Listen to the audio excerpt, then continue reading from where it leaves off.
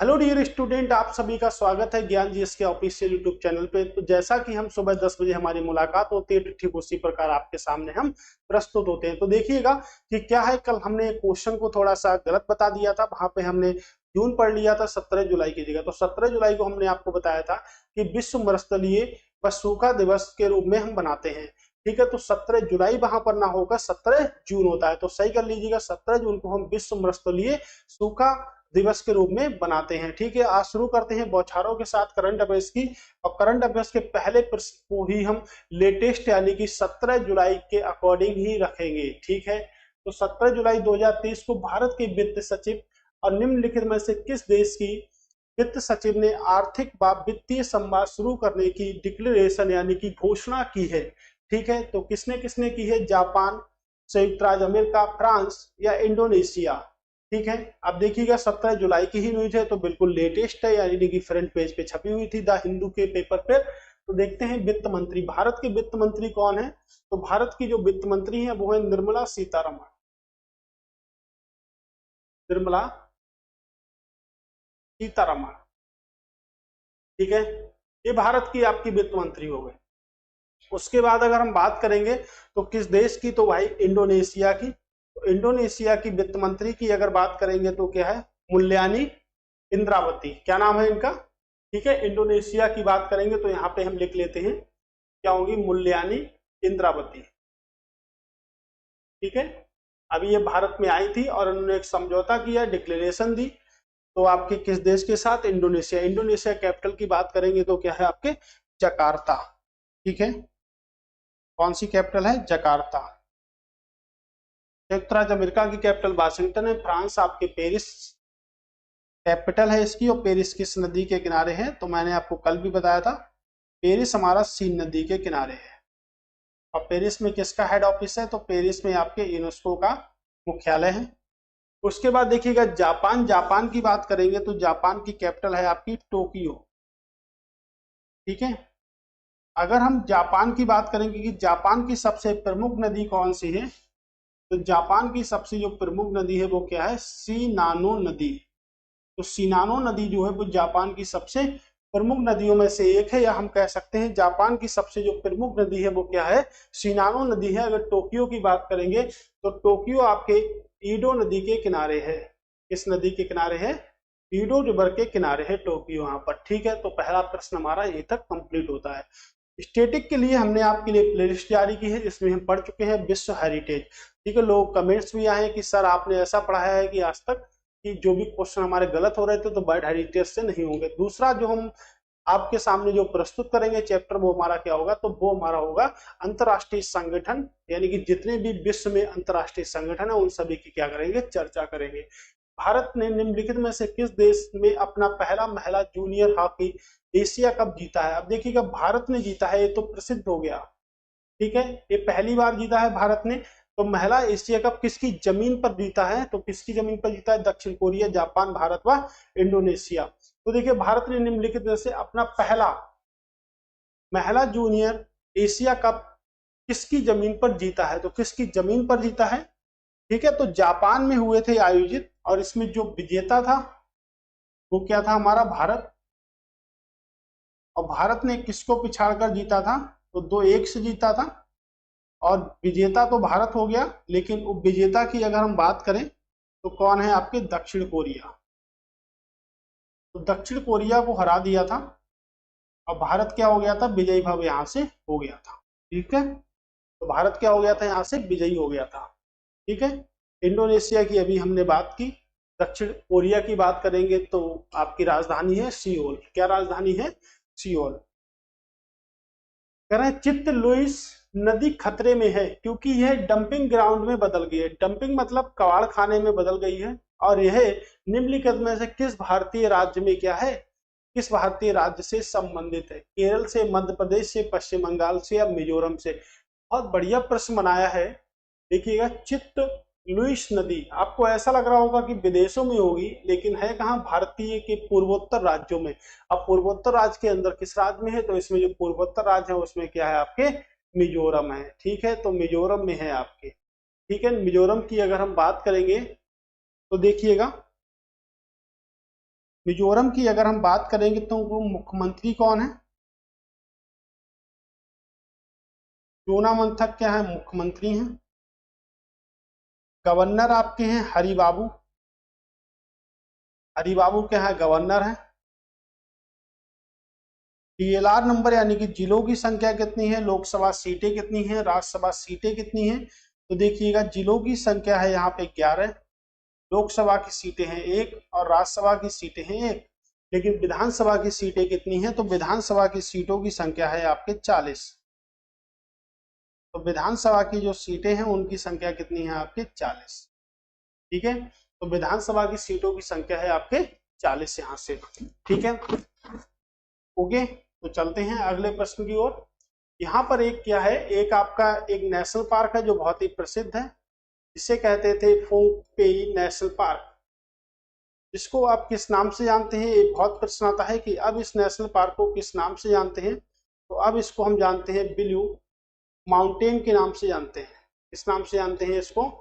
तो कह सकते हैं ब्लू माउंटेन नेशनल पार्क है, वो कहाँ पर है? तो आपके मिजोरम में है। तो इस पार्क को हम ब्लू माउंटेन नेशनल पार्क के नाम से जानते हैं। ठीक है, चलते हैं अगले प्रश्न की ओर। अगला प्रश्न हमसे क्या कहता है, किस निम्नलिखित में से किस देश ने सरकार की आधार सीमा बढ़ाने के लिए डिबेट केलिंग डील को मंजूरी दी है? तो किस देश ने दी है?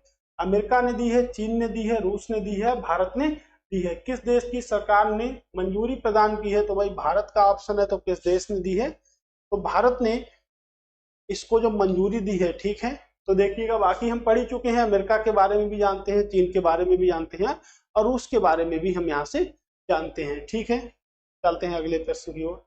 एशिया प्रशांत के लिए संयुक्त राष्ट्र आर्थिक व सामाजिक आयोग UNESCAP द्वारा जारी डिजिटल और सतत व्यापार सुविधा पर वैश्विक सर्वेक्षण 2023 में निम्नलिखित में से किस देश ने विभिन्न संकेतकों के रूप में आधार का प्रदर्शन किया है? ठीक है, तो किसने प्रदर्शन किया है, ये प्रश्न बनता है। तो प्रश्न तो बहुत लंबा चौड़ा है, देख के तो ऐसा डर लग रहा होगा कि भाई मैं क्या करूं। ठीक है, तो आपको कुछ नहीं करना है और आपको सिंपल तरीके से अच्छे से करना है। ठीक है, तो याद रखिएगा क्या होगा, कनाडा की कैपिटल की बात करेंगे तो क्या है आपके? ओटावा। ओटावा क्या है? कनाडा की कैपिटल है। और कनाडा में एक शहर है आपका मोन्ट्रियल। तो मोन्ट्रियल विश्व में कागज उद्योग के लिए प्रसिद्ध है। भारत की कैपिटल है नई दिल्ली। जर्मनी की कैपिटल की बात करेंगे तो क्या है आपके? बर्लिन। और फ्रांस की तो आपको रट चुकी होगी, कैपिटल है पेरिस। और मुख्यालय किसका है भाई मेरे? यूनेस्को का मुख्यालय है। ठीक है, तो इसका राइट आंसर क्या होगा? इसका राइट आंसर भी भारत होगा। ठीक है, राइट आंसर क्या होगा? भारत होगा हमारा। निम्नलिखित में से किस संगठन को जुलाई 2016-2023 में अपना 95वां यानी कि 95 स्थापना दिवस बनाया है? भारतीय कृषि अनुसंधान परिषद, भारतीय स्टेट बैंक, वैज्ञानिक व औद्योगिक अनुसंधान परिषद, Tata institute of fundamental research. बताइएगा क्या होगा आंसर? ठीक, आपने अगर इसका आंसर बता दिया तो वेरी वेरी मोस्ट इंपोर्टेंट प्रश्न बनेगा, भारतीय कृषि व अनुसंधान परिषद।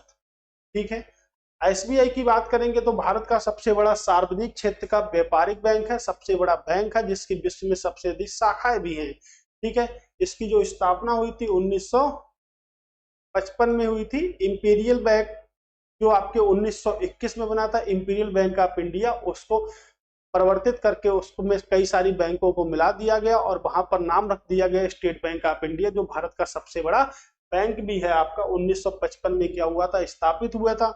मुख्यालय की बात करेंगे तो मुख्यालय कहाँ है आपके? बंबई में। बंबई की स्थापना किसने की थी? तो गेरोल्ड अंगियान ने किसकी स्थापना की थी? तो गेरोल्ड अंगियान ने बंबई की स्थापना की थी। ठीक है, चलते हैं अगले प्रश्न की ओर। अगला प्रश्न है कि जुलाई 2023 में भारत और निम्नलिखित में से किस देश के बीच उस देश में प्रौद्योगिकी संस्थान दिल्ली का पहला परिसर स्थापित करने के लिए समझौता ज्ञापन पर हस्ताक्षर किए गए? तो भाई सिंपल सी बात है, भारत ने किस देश में समझौता किया कि हम अपना परिसर स्थापित करेंगे? दिल्ली जो प्रौद्योगिकी दिल्ली IIT है उसके अकॉर्डिंग। तो देखिएगा प्रौद्योगिकी दिवस मनाते हैं हम 11 मई को। तो 11 मई को प्रौद्योगिकी दिवस मनाते हैं। किस देश के साथ समझौता किए हैं? तो ब्राजील, संयुक्त अरब अमीरात, मिस्र नील नदी को मिस्र का वरदान कहा जाता है।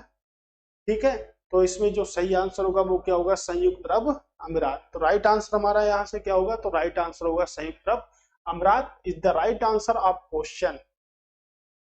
कर रहे हैं इसाद आम जिले हाल ही में जीआई टैग दिया गया।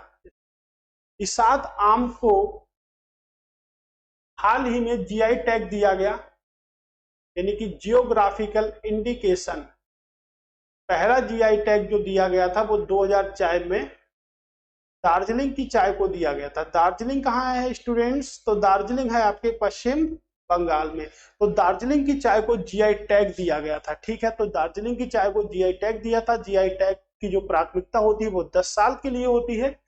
मुख्य रूप से किस राज्य में उगाया जाता है, तो भाई किस राज्य में उगाया जाता है, तो किस राज्य में उगाया जाता है, कर्नाटक में उगाया जाता है। कर्नाटक की बात करेंगे तो सिद्धारमैया क्या है यहाँ के मुख्यमंत्री हैं। गवर्नर की बात करेंगे तो थावरचंद गहलोत, थावरचंद गहलोत यहाँ के क्या है गवर्नर हैं। अगर डीएलआर नंबर की बात करेंगे तो 31, 28, 12 क्या है यहाँ का डीएलआर नंबर है, ठीक है। बात करेंगे कितनी सीटें हैं आपकी विधानसभा की, तो विधानसभा की 224 सीटें हैं यहाँ से, ठीक है। कुछ आपके लिए मैं नेशनल पार्क कई बार पढ़ाए, जैसे अंसी नेशनल पार्क हो गया, बांदीपुर नेशनल पार्क हो गया, नागरहोल नेशनल पार्क, ठीक है। नागरहोल नेशनल पार्क भी होगा आपके, कुछ केंद्रीय मुख्य नेशनल पार्क भी होगा, ठीक है।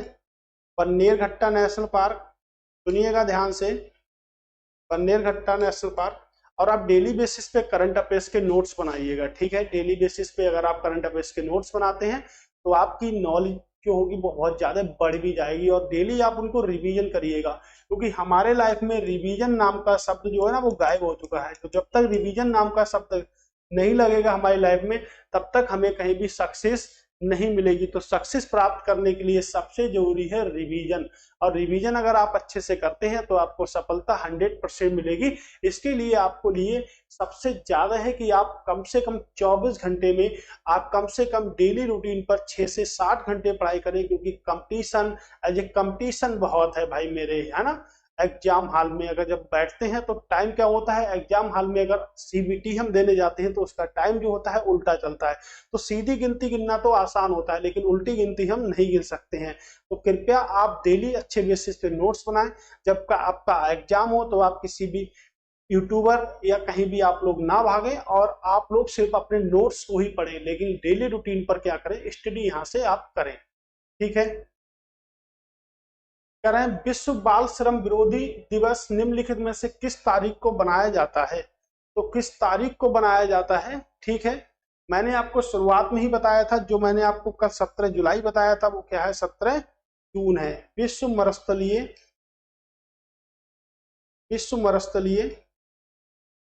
व सूखा दिवस, विश्व मरुस्थलीय व सूखा डे के रूप में बनाते हैं। 3 जून को हम विश्व साइकिल दिवस बनाते हैं।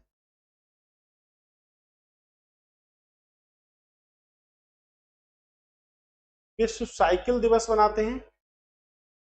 8 जून को हम विश्व महासागर दिवस बनाते हैं, ओशियन डे बनाते हैं, यानी कि महासागर दिवस बनाते हैं।